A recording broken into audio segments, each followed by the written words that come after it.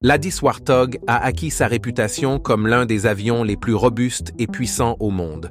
Renommé pour son agilité et sa puissance de feu, cet avion iconique n'a pas seulement résisté à l'épreuve du temps, mais a aussi évolué pour devenir encore plus létal.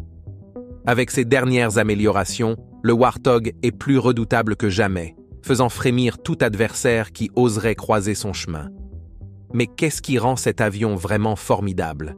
Quel impact cette mise à niveau pourrait-elle avoir sur la guerre Russie-Ukraine?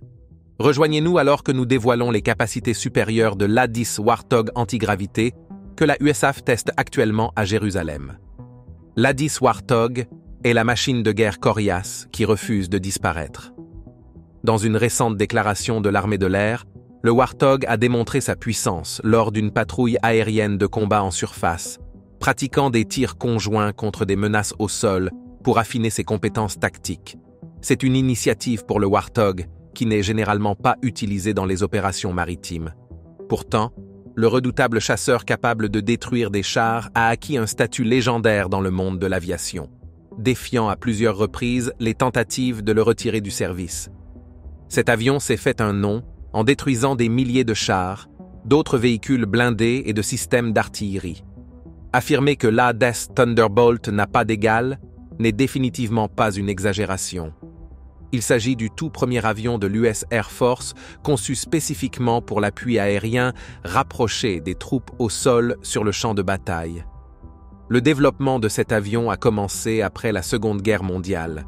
Pendant cette période, les États-Unis ont arrêté le développement d'avions d'attaque armés de manière conventionnelle, se concentrant plutôt sur des jets rapides comme le McDonnell F-101 Voodoo et le Republic F-105 Thunder Chief, capables de transporter des armes nucléaires. Cependant, la situation a changé avec le début de la guerre du Vietnam. L'avion principal d'attaque au sol était le Douglas A-1 Skyraider, plus ancien, propulsé par hélice, qui, bien qu'il ait la capacité de transporter de nombreuses armes et de rester en vol longtemps, était lent et vulnérable aux tirs ennemis. Pendant la guerre du Vietnam, 266 A-1 ont été perdus, principalement à cause de tirs d'armes légères, et l'avion manquait de puissance de feu. Ce manque d'un avion d'attaque moderne a conduit à des appels pour un appareil spécialisé, capable de gérer les menaces modernes. Le 7 juin 1961, le secrétaire à la Défense Robert McNamara a ordonné à l'US Air Force de développer 2 avions tactiques, un pour les frappes à longue portée et un autre pour les missions de chasse-bombardier. L'avion à longue portée est devenu le General Dynamics F-111 Aardvark, et le rôle de chasse-bombardier a été rempli par le McDonnell Douglas F-4 Phantom II de la Navy américaine. Bien que le Phantom ait été un chasse-bombardier réussi, il avait une faible autonomie, n'était pas très performant à basse vitesse et était coûteux à acheter et à exploiter. Après avoir réévalué ses besoins, l'US Air Force a décidé d'adopter un avion à faible coût pour soutenir le F-4 et le F-111. Ils se sont initialement concentrés sur le Northrop F-5, capable aussi de mener des combats aériens.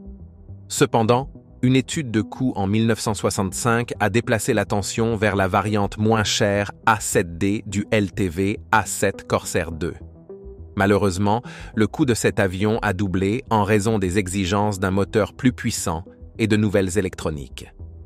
Après la Seconde Guerre mondiale, les États-Unis ont interrompu le développement d'avions d'attaque conventionnels, se concentrant sur des jets rapides capables de transporter des armes nucléaires.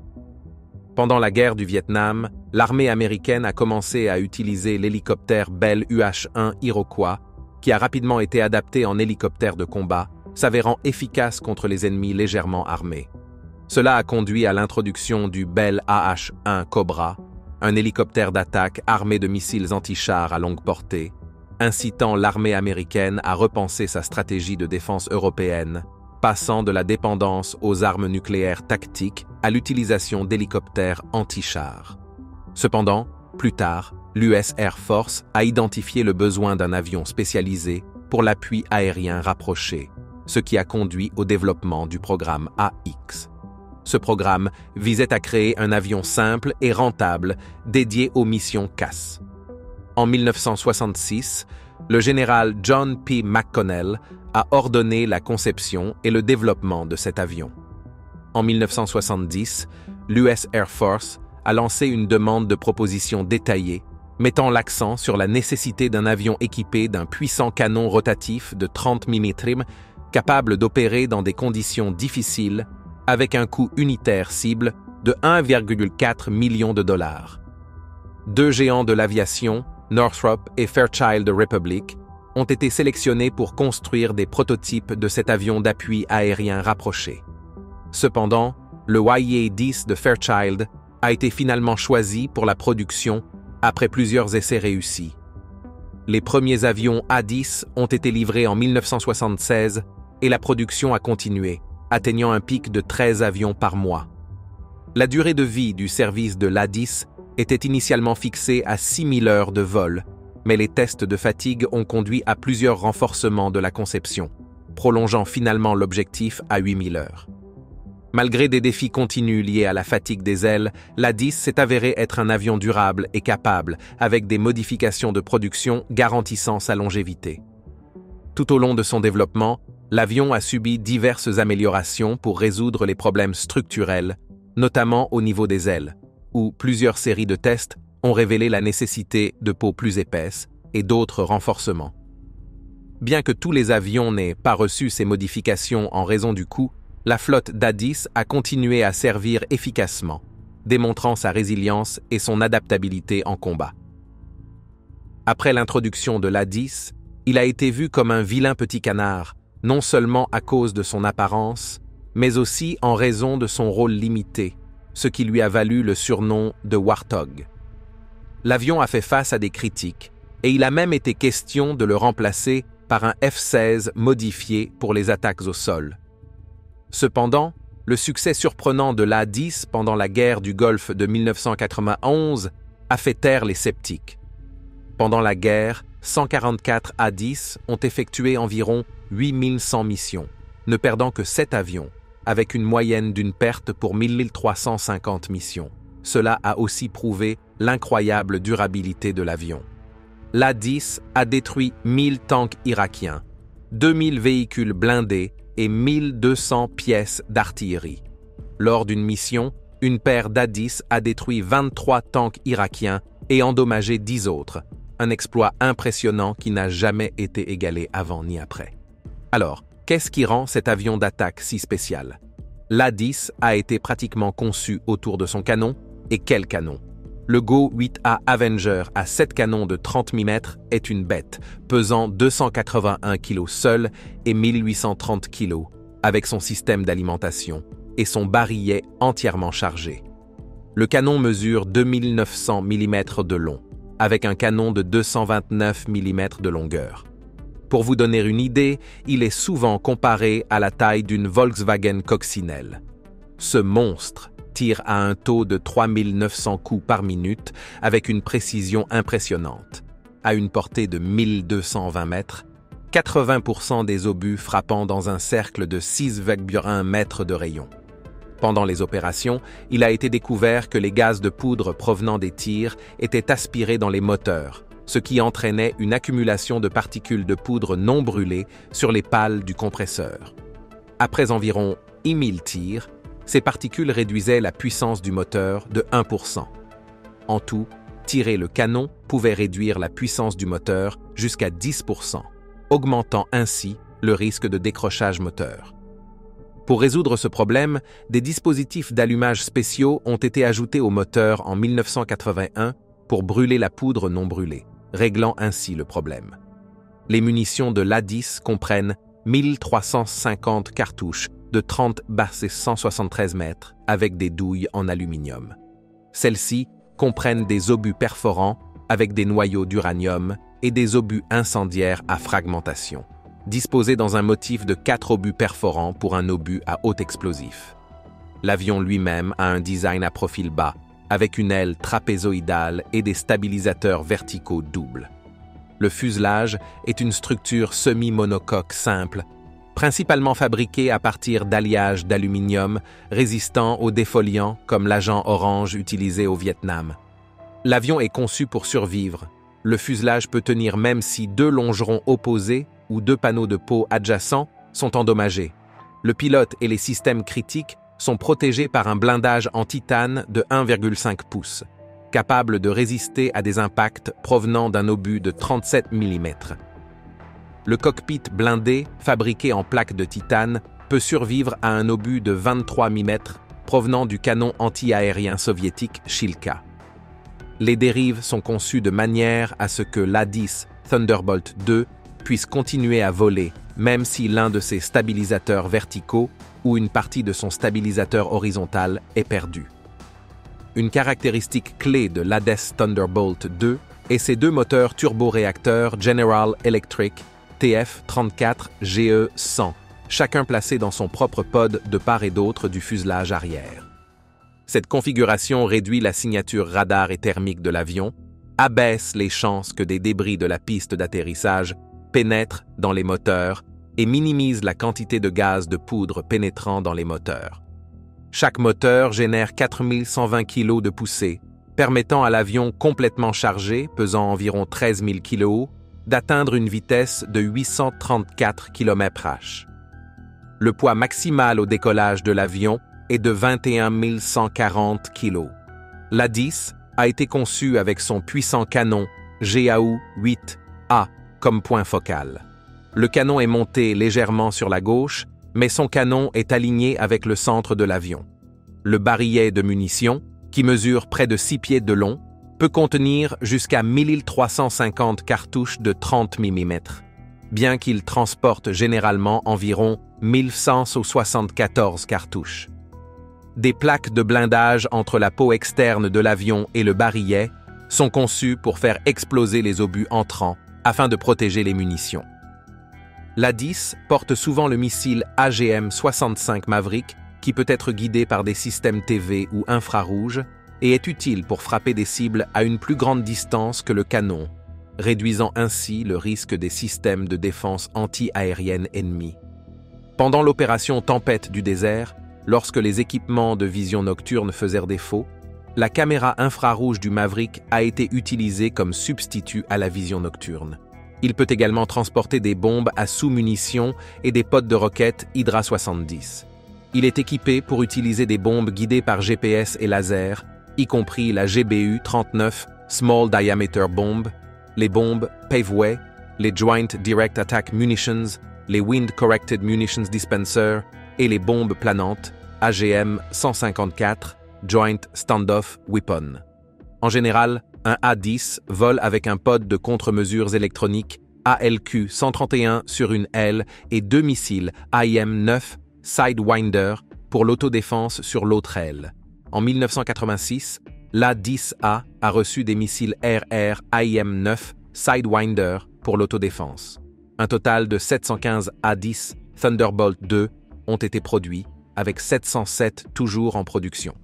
L'A-10 Thunderbolt II a fait ses débuts au combat de manière brillante en Irak en 1991. Il a également été utilisé lors de l'opération Force délibérée en Bosnie-Herzégovine en 1995 et lors de frappes contre les Serbes de Bosnie. Malgré des défenses aériennes supprimées, il n'a pas obtenu beaucoup de succès. Cet avion est renommé pour sa durabilité extrême, sa capacité à résister à des impacts directs d'obus perforants et à haute explosivité allant jusqu'à 23 mm. Il possède des systèmes de vol hydraulique de secours et un système de contrôle manuel si les hydrauliques échouent. Même sans puissance hydraulique, l'A-10 peut encore être piloté à l'aide des commandes manuelles, bien que cela nécessite plus d'efforts. Il est conçu pour continuer à voler même s'il perd un moteur, la moitié de sa queue, un élévateur ou la moitié de son aile. Parce que l'A-10 vole près des positions ennemies, il est vulnérable aux systèmes de défense aérienne portables, aux missiles solaires et aux avions ennemis. Pour se protéger, il porte des fusées éclairantes et des cartouches de leurre. En 2003, lors de l'opération Liberté irakienne, un A-10 a subi de lourds dégâts, notamment au niveau de son système hydraulique, mais le pilote, le capitaine Kim Campbell, qui était dans le cockpit, a réussi à le ramener en toute sécurité à la base en utilisant les commandes manuelles. Le cockpit et les systèmes de contrôle de vol sont protégés par 1200 livres de blindage en titane, surnommé le bain. Ce blindage peut résister à des tirs provenant de canons de 23 mm et à certains éclats d'obus de 57 mm. Il est composé de plaques de titane allant de 0,5 à 1,5 pouces d'épaisseur et représente près de 6% du poids à vide de l'A-10. Les surfaces intérieures faisant face aux pilotes sont couvertes d'un bouclier en nylon pour les protéger des fragments d'obus. Le verre du cockpit peut résister aux tirs d'armes légères. L'A-10 a été conçu pour opérer depuis des bases aériennes avancées et des pistes de fortune où les dommages aux moteurs causés par des objets étrangers sont un risque. Ces moteurs sont montés de manière à réduire les risques de dommages aux prises d'air et permettent aux moteurs de continuer à fonctionner pendant que l'avion est entretenu et réarmé, ce qui accélère le temps de rotation. Les moteurs sont montés plus près du sol, ce qui facilite l'entretien. Les moteurs lourds sont soutenus par 4 boulons qui les fixent à la structure de l'avion. Leur rapport de dilution élevé réduit la signature infrarouge de l'avion, et les gaz d'échappement sont dirigés au-dessus de la queue pour aider à le protéger des missiles guidés par infrarouge. Pour protéger le système de carburant contre les dommages, les 4 réservoirs de carburant sont placés près du centre de l'avion et sont séparés du fuselage. Cela signifie que les projectiles doivent traverser la couche externe de l'avion avant d'atteindre un réservoir de carburant. Si les lignes de transfert de carburant sont endommagées, elles se scellent d'elles-mêmes. Si les dégâts sont trop graves pour que le système de scellement fonctionne, des vannes de contrôle empêchent le carburant de couler dans le réservoir endommagé. La plupart des pièces du système de carburant sont à l'intérieur des réservoirs, de sorte que si elles échouent, cela ne provoque pas de fuite de carburant. Le système de ravitaillement est nettoyé après chaque utilisation. Les réservoirs de carburant sont doublés de mousse de polyuréthane réticulée des 2 côtés, ce qui aide à contenir les débris et à limiter les déversements de carburant si les réservoirs sont endommagés. Les moteurs sont protégés par des parois coupe-feu et des systèmes d'extinction d'incendie. Si les 4 réservoirs principaux sont perdus, il existe 2 réservoirs supplémentaires à autoscellage contenant suffisamment de carburant pour 230 km de vol. Depuis 2001, les A-10 ont participé à l'opération Coalition internationale en Afghanistan et, depuis 2003, à l'opération Liberté irakienne. En mars et avril 2003, un total de 60 A-10 ont été impliqués dans des opérations de combat, un avion ayant été abattu près de l'aéroport international de Bagdad le 7 avril. Un autre Thunderbolt, piloté par le capitaine Kim Campbell, a été gravement endommagé, mais a réussi à revenir en toute sécurité à sa base, prouvant une fois de plus sa phénoménale capacité de survie. En janvier 2005, une version mise à jour de l'A-10A, l'A-10C, est apparue. Le programme de modification Précision Engagement de l'armée américaine a facilité cette mise à jour. L'A-10C a introduit un équipement de reconnaissance moderne, un système de communication par satellite et un système de guidage laser. Le premier A-10C est entré en service en 2006. L'aile large de l'A-10 lui permet de transporter un large éventail d'armements. Avec la modification A-10C, l'avion pouvait pleinement utiliser des munitions de haute précision. L'ensemble d'armement de l'A-10C comprend 2 missiles guidés RR, 6 missiles guidés air-sol, AGM-65, Maverick, 4 unités de missiles non guidés, LAU-61 et LAU-68, 6 unités de missiles non guidés, l'AU-10, 24 bombes à haute explosivité MK-82 et 4 bombes guidées GBU-8 ou GBU-10 ou 6 bombes GBU-12. Parmi les autres améliorations récentes de l'A-10, on trouve la modification A-10C Précision Engagement, qui a introduit des systèmes avioniques avancés, des armes guidées par GPS et des améliorations des affichages du cockpit. Le programme de mise à niveau A-10 Thunderbolt 2, qui améliore l'avionique, les commandes de vol et l'intégrité structurelle. L'intégration de nouveaux systèmes d'armement et de munitions guidées de précision. Des mises à jour des systèmes électroniques et des caractéristiques de survie pour faire face aux menaces modernes. Un entretien et des améliorations continues des moteurs TF-34 et l'adaptation aux nouvelles technologies telles que les pods de ciblage avancés et les systèmes de communication le tout visant à garantir que l'avion reste efficace et pertinent dans des scénarios de combat contemporains. En 2014, il a été décidé de retirer l'A-10 du service. Le général de l'aviation a suggéré de couper soit l'A-10, soit le F-16, mais un concours pour un nouvel avion d'attaque a suivi. En conséquence, il a été décidé que l'A-10 resterait en service jusqu'en 2028. Les experts estiment sa durée de vie jusqu'en 2028. Cependant, le Pentagone prévoit de remplacer l'A-10. Plusieurs options potentielles de remplacement pour l'A-10 Thunderbolt II sont envisagées, notamment le F-35, le F-16, le AC-130 et le MQ-9 Reaper. Le F-35 Lightning II est un avion de chasse polyvalent de 5e génération, furtif, multirôle, capable d'effectuer un appui aérien rapproché, mais avec des coûts opérationnels beaucoup plus élevés. Le F-16 Fighting Falcon, quant à lui, est réputé pour ses solides capacités d'attaque au sol et pourrait être adapté pour remplir certains des rôles de l'A-10, bien que des modifications soient nécessaires. Passons à une question très importante. Étant donné l'efficacité démontrée de l'A-10, devrait-il être envoyé à la guerre avec la Russie en Ukraine? Il n'est pas surprenant que les Russes aient de puissantes défenses aériennes, notamment les systèmes S-300, S-400, S-350 et Buk, qui fonctionnent efficacement à des altitudes supérieures à 100 mètres. Cependant, voler à faible altitude peut rendre l'avion vulnérable aux systèmes de défense aérienne portables tels que le Stinger américain ou l'Igla russe. L'A-10 Thunderbolt II a déjà démontré sa capacité de survie face à de telles menaces et, équipé de leurres infrarouges de pointe, il sera difficile à atteindre. Le déploiement potentiel de l'A-10 Thunderbolt II en Ukraine est en discussion en raison de son efficacité dans les rôles d'appui aérien rapprochés, en particulier pour cibler les tanks et les véhicules blindés, ce qui est important compte tenu du nombre important de tanks et de véhicules blindés russes impliqués dans le conflit. L'A-10 est très apprécié pour sa durabilité et sa capacité de survie grâce à sa conception robuste et son blindage, ce qui en fait un fort candidat pour des environnements à haut risque comme l'Ukraine.